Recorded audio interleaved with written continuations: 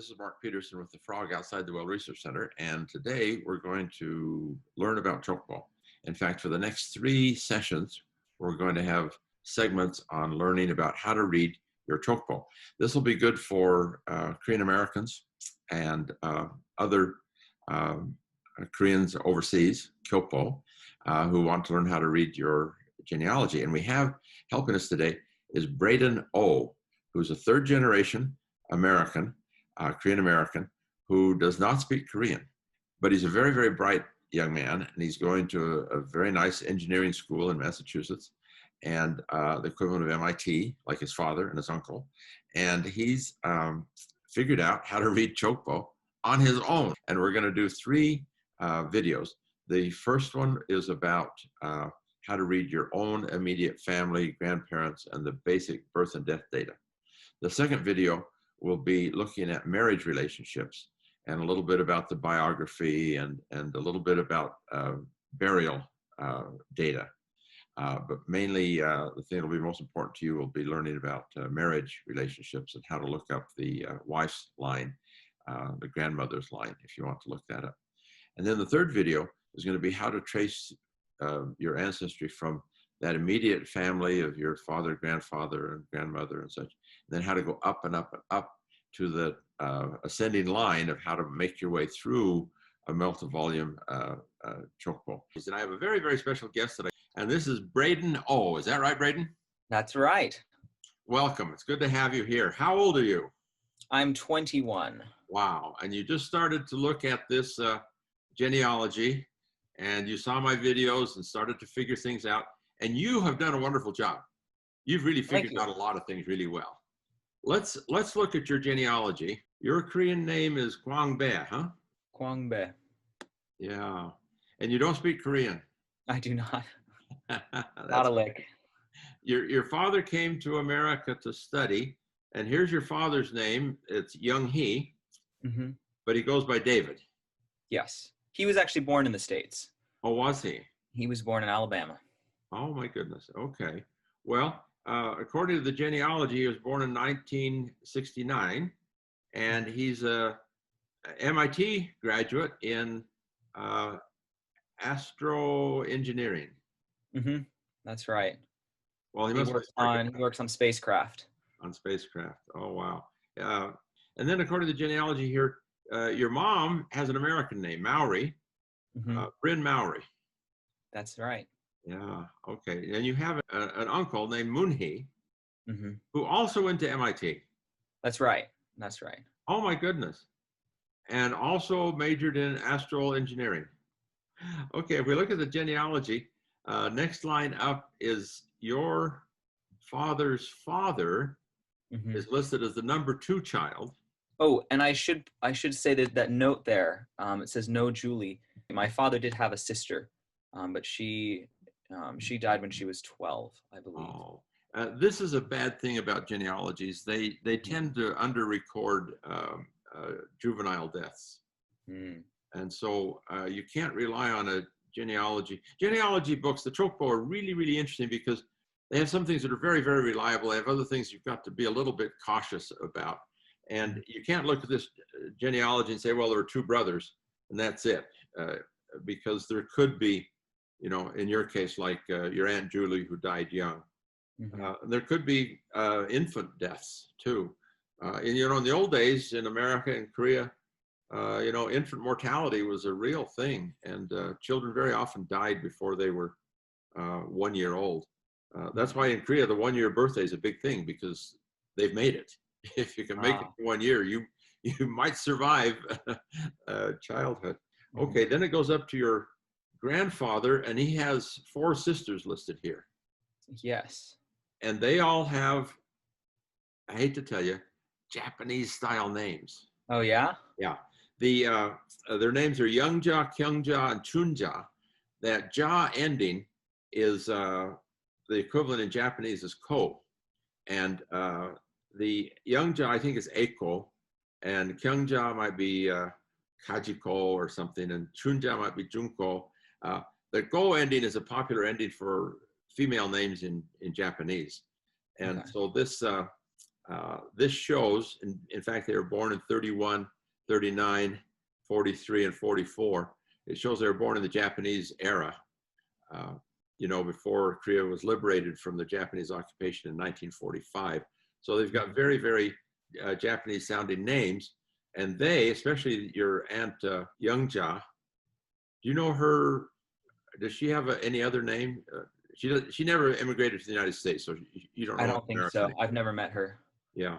Well, her name Youngja, she was born in 1931, so she would have grown up speaking Japanese. Mm-hmm. She would have gone to a Japanese school or Japanese school, because all the schools in Korea were in Japanese. But it's interesting. Your genealogy prizes academic excellence, and that a great aunt of yours, Youngja, is listed as having a degree in English. Oh. And her husband has a master's degree in English. Really? Yeah. And which daughter is that? That's the first one, Youngja. That's the first one. Uh-huh. And then the next daughter, Kyungja, she was born in 1939, and she has a degree in English literature. And her husband went to law school. Says he's a lawyer. Ah. And then the third daughter, born in 1943, she has a degree in English literature, which makes me wonder what these kids are all doing getting degrees. And the fourth one has a degree in English language or literature as well. The third one, again, her husband, he has a degree in English literature. So it mentions the degrees that these people all had, but it doesn't say where they worked or what they did or anything else about them. So it's really quite it shows that this Jokbo is biased toward educational achievement and recording educational degrees and things. So that's your sisters, your grandfather's sisters, and that's pretty much it for page 722 or 742. But let's go down and look at 741, because you did a lot of work on 741. Struggling through this one. Well, it's remarkable what you've done. Tell me, how did you do the Chinese? Did you scratch it in on Naver? So, how did I do it? It was a little convoluted. I found a Korean or a Chinese to Hanja converter, and so I switched the characters over, and then I threw the Korean characters that came out into Google Translate to get the pronunciations off. How did you put the character in? How did you input the character? So on my computer, I can draw the characters, but I also have a friend who studied Mandarin for a few years who uses an app called Pleco, just an app. And so I have a Chinese keyboard. You write it in. You can scratch it in. That's right. So I can scratch it in, or I can type, but I've been scratching. Yeah. And then I can copy the characters out of my phone into. Oh, that's marvelous. So Pleco, I don't know Pleco. It might be more of a Chinese-based one. The Koreans tend to use Naver. Naver? Naver. And Naver has a Hanja dictionary, and it's the same thing. You can scratch it in. And when you scratch in a character as best you can, and technically you're supposed to write a character in a certain sequence in a certain way, but that doesn't matter. You just scratch it in any way you can to make it look like what you're looking for. And then it gives you a 4x4 grid, 16 options of what they think it is. And you look at it, and it's usually the first one. Oh yeah, it's this first one. Or sometimes it's the second or third one. And you click on that, and then in another window, it opens and tells you all about that character. Got it. So whether it's Pleco or whether it's Naver, you scratch them in and away you go. And that's what you did. And you learned a lot that way. Lots of fun. Lots of fun. I like your attitude. So let's look at Piru, your great-grandfather. And there's a square underneath him with 6 characters in it that you translated as C, center volume, page 443. Mm-hmm. So the thing that was hard was trying to figure out how to, so I started by just trying to trace translate his ancestors' names, but I found that wasn't very helpful because we've got 3 of these volumes that each have like 1,000 pages in them. That's right. And so once I could recognize numbers on my own, as I was just reading through, I noticed the block of numbers. and so translated the characters in the left-hand column and realized that was a center volume reference. Yeah. That's very good. That's very smart of you. And you said once you learned how to recognize numbers, to do genealogy, you have to memorize a certain set of things. And the first thing is Chinese numbers, right? Yes. Yeah. But luckily just 1 through 10, and the rest of them fall into place very easily. That's right. Okay, so we'll come back to this in a minute, to page 443. What is it about page 443? How do you understand what that is? The central volume, page 443. I saw that the characters were the same for his, for Piru's name. And so his father, it says he's the oldest son, and so his father's just directly above him. Well, I took a stab yesterday at translating a bunch of the dates in there. Yeah, well, the point is that 443 is the ongoing page to trace. Oh, yes. You trace this ancestor up, your father, grandfather, great-grandfather, and now what are you going to do? You're at the top of the line. How are you going to find out? And you go to page 443, and there he is on the bottom of the page. There he is on the bottom. And then you go up and up and up and up again, and then you can go up to the next page and the next page. We'll do that in a minute. But that's what you were proud of, that you had figured out how to trace your lines upward. Yes, because once I knew how to route through the books, I now know how to trace the whole family relation all the way back. Bingo. And your right angle drawing for the shape of a Jokbo was very very helpful. Yeah, conceptually, that's picturing how that works. Yeah, good. I'm so glad you watched my earlier videos. Let's read about your great-grandfather. His name is Piru, and there's the Hangul for it, and it comes from, to go onward, we go up to page 443 in the central volume. And then the next 3 characters before that circle, you haven't outlined what that is. You probably don't know what that is. That's right. I have not figured out what that first column, the leftmost column, means. Forget it. You don't need to know. Don't need to know? No.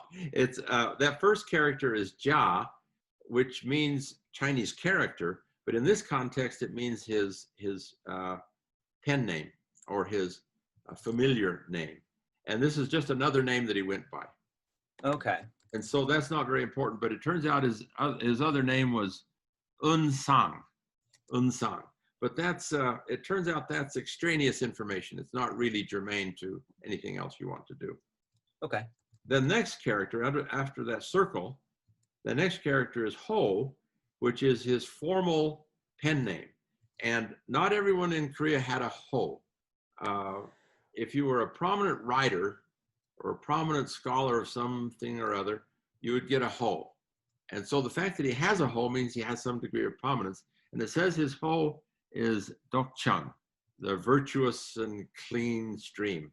So Ho are always very uplifting, laudatory, very often have to do with nature. It's such and such a rock or such and such a stream. Those sorts of things become the Ho. Then you've got another circle, and you've circled the character at the bottom of that line that says Sang. And you figured out that means when he was born. He was born, that's right. And I have since figured out what the next 4 characters are, since I gave you my notes. And so I found that those first 2 characters are dynastic. Is that right? That's right. That was the king. The king at the time. Yeah. And then the next 2 are the you were talking about in your video, Kapja. Yeah.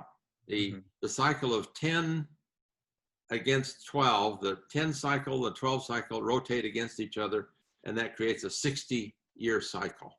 And another way to look at it is if you go through the 10 cycle 6 times and go through the 12 cycle 5 times, you've come back to 60.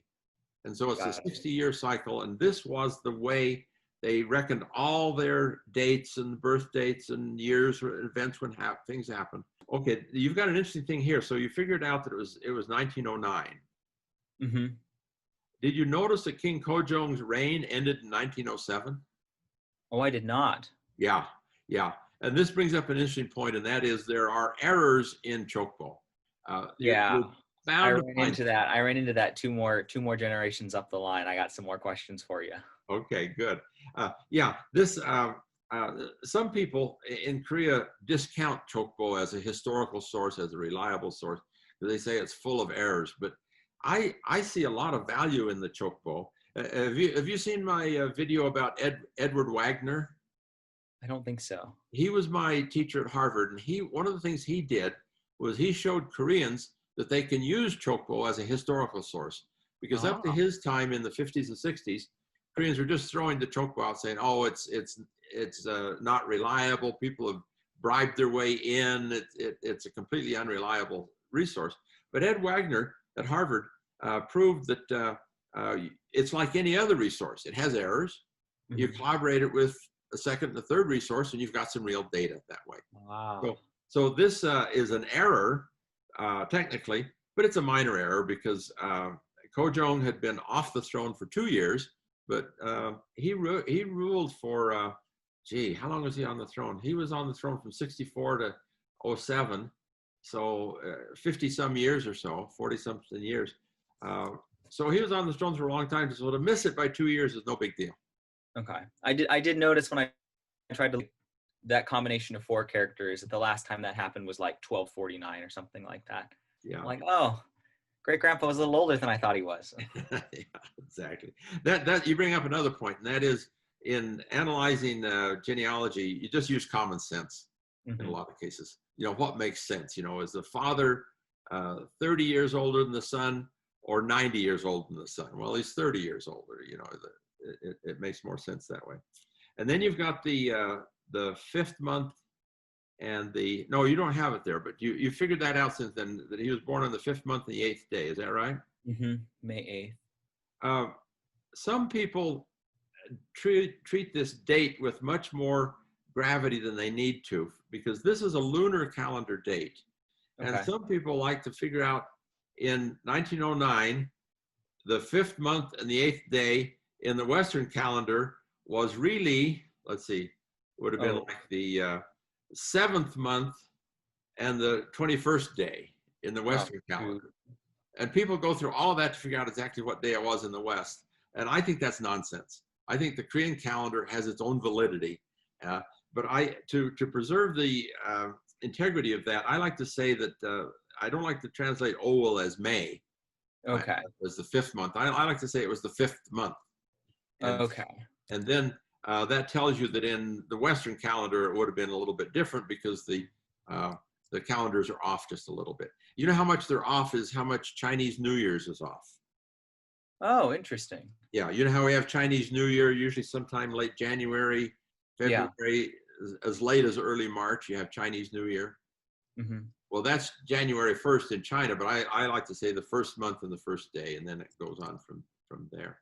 So that's good to know. Yeah, the Western calendar tends to be a little bit older. So this 5th month, 8th day was probably the 7th month. You figure the day, but I think it's better to just leave it in the old Korean calendar. And then, if I were to upload it to like Family Search, some kind of free online database, then I would. They tend to respect the Chinese date. Okay.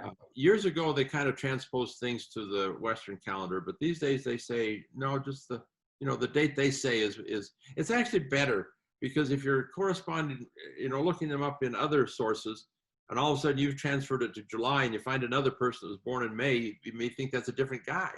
So it's probably better to keep the original date, and I think Family Search keeps the original dates these days. Okay. The next thing you got is what's that next character you circled? The next one I circled, that's the death date, or the death. I don't know what that character is called. In Korean, it's pronounced Jol. Jol? Jol, and it's an interesting character because in a document like this, they don't say death.